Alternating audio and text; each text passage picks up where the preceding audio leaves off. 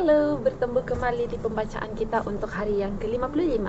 So, hari ini kita akan membacakan di dalam dua sumber, yaitu yang pertama di dalam Bible, yaitu Yohanes 2 ayat 13 hingga 25, dan di dalam Desire of Ages nomor 154 hingga 155.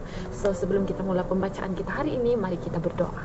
Ya Tuhan, terima kasih kerana Engkau sentiasa baik, Engkau sentiasa memberkati kami, dan pada saat ini kami tiba untuk pembacaan hari ke-55. Biarlah Engkau memberikan kami hikmat untuk memahami segala sesuatu yang kami bacakan pada hari ini. Ampunkan segala dosa pelanggaran kami. Semua ini saya serahkan dalam nama Tuhan Yesus Kristus yang telah menjadi juru selamat dan penebus kami. Amin. Oke. Dalam Yohanes 2 ayat 13 hingga 25, Yesus menyucikan bait Allah. Ketika hari raya Paskah, orang Yahudi sudah dekat. Yesus berangkat ke Yerusalem. Dalam bait suci didapatinya pedagang-pedagang lembu, kambing domba, dan merpati, dan penukar-penukar uang duduk di situ. Ia membuat cambuk dari tali lalu mengusir mereka semua dari bait suci dengan semua kambing domba dan lembu mereka. Uang penukar-penukar dihamburkannya ke tanah dan meja-meja mereka dibalikkannya. Kepada pedagang-pedagang merpati ia berkata, "Ambil semuanya ini dan ini dari sini. Jangan kamu membuat rumah Bapakku menjadi tempat berjualan." Maka teringatlah murid-muridnya bahwa ada tertulis, "Cinta untuk rumahmu menghanguskan aku." Orang-orang Yahudi menantang Yesus, katanya, "Tanda apakah dengan engkau tunjukkan kepada kami bahwa engkau berhak bertindak demikian?" Jawab Yesus kepada mereka, "Rombak bait Allah ini dan dalam 3 hari aku akan mendirikannya kembali." Lalu kata orang Yahudi kepadanya, 46 tahun orang mendirikan bait Allah ini dan engkau telah membangunnya dalam 3 hari? Tetapi yang dimaksudkannya dengan bait Allah ialah tubuhnya sendiri. Kemudian sesudah ia bangkit dari antara orang mati, barulah teringat oleh murid-muridnya bahwa hal itu telah dikatakannya, dan mereka pun percayalah akan kitab suci dan akan perkataan yang telah diucapkan Yesus. Dan sementara ia di Yerusalem selama hari raya Paskah, banyak orang percaya dalam namanya karena mereka telah melihat tanda-tanda yang diadakannya. Tetapi Yesus sendiri tidak percayakan dirinya kepada mereka karena ia mengenal mereka semua, dan karena tidak perlu seorang pun memberi kesaksian kepadanya tentang manusia, sebab ia tahu apa yang ada di dalam hati manusia. Oke, sekarang kita beralih ke dalam Desire of Ages nomor 154 dan 155 bab 16 di dalam bait sucinya. Sesudah itu Yesus pergi ke Kapernaum bersama-sama dengan ibunya dan saudara-saudaranya dan murid-muridnya, dan mereka tinggal di situ hanya beberapa hari sahaja karena pesta Paskah orang Yahudi sudah dekat. Maka Yesus pergi ke Yerusalem. Pada perjalanan ini, Yesus mengikuti salah satu rombongan besar yang sedang berjalan menuju ke ibu kota. Ia masih belum mengumumkan pekerjaannya dengan terang-terangan, dan ia bergaul tanpa mendapat perhatian orang banyak itu. Pada waktu-waktu semacam ini, kedatangan Mesias yang telah mendapat perhatian yang begitu besar oleh pekerjaan Yohanes acap kali menjadi pokok pembicaraan. Harapan akan kebesaran nasional perbincangan dengan semangat yang berkobar-kobar. Yesus mengetahui bahwa harapan ini akan dikecewakan sebab didasarkan pada tafsiran yang salah akan Alkitab. Dengan ketekunan yang sungguh-sungguh, tafsiran yang salah akan Alkitab dengan ketekunan yang sungguh-sungguh diterangkannya segala nubuatan serta mencoba membangkitkan perhatian orang banyak supaya mengadakan penyelidikan yang teliti akan firman Allah. Para pemimpin Yahudi telah memberikan petunjuk kepada orang banyak bahwa di Yerusalem mereka itu diajar untuk berbakti kepada Allah.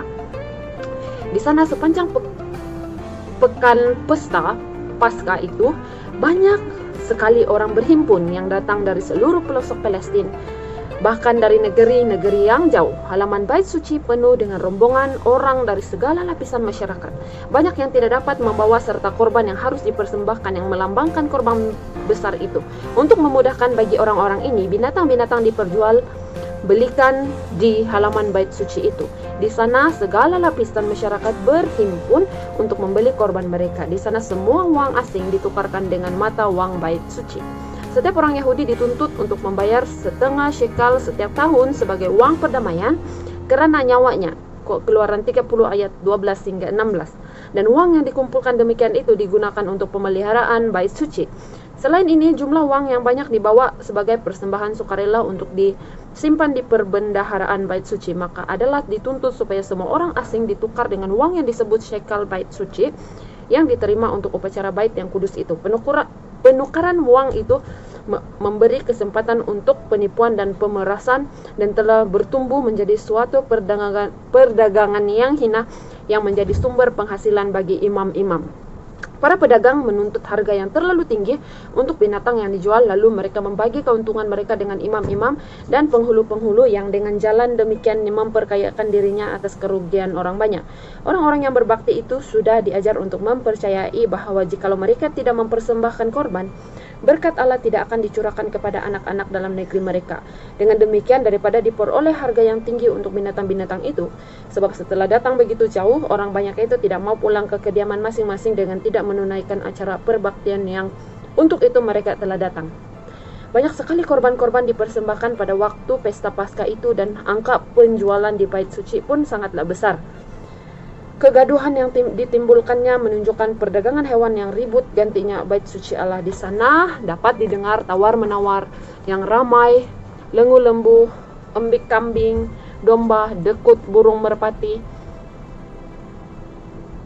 bercampur baur dengan decing mata wang dan pertengkaran yang disertai kemarahan. Demikian besarnya kekacauan itu sehingga orang-orang yang berbakti terganggu dan ucapan ditujukan kepada Allah Ta'ala tenggelam dalam kegaduhan yang meliputi bait suci itu. Orang Yahudi sangat bangga akan kesalehan mereka. Mereka bersukacita atas bait suci itu dan menganggap sebagai hujat sesuatu ucapan yang menjelekkannya.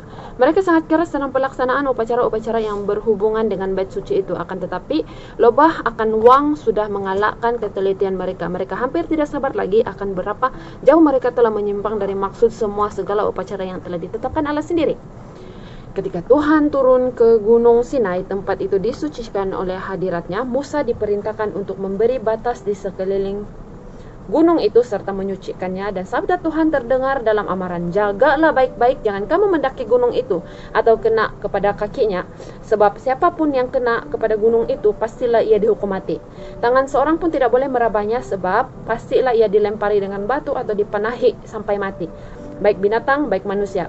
Keluaran 19 ayat 12 hingga 13. Demikianlah diberikan pelajaran bahwa di mana saja Allah menunjukkan hadiratnya, tempat itu suci adanya. Perkarangan bait suci Allah sebenarnya harus dianggap suci. Namun, dalam perjuangan untuk mendapat keuntungan, semuanya ini sudah dilupakan.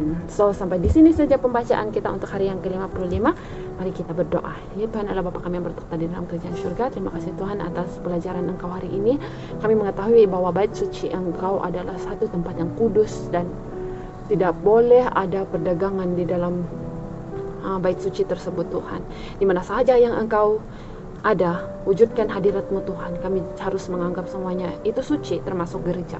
Terima kasih Tuhan atas peringatan yang begitu baik untuk kami pelajari sementara kami masih hidup dan menunggu kedatangan-Mu yang kedua kali. Terima kasih Tuhan, ampunkan segala dosa pelanggaran kami. Semua ini saya serahkan dalam nama Tuhan Yesus Kristus yang telah menjadi juru selamat dan penebus kami. Amin. Bye, jumpa lagi. God bless.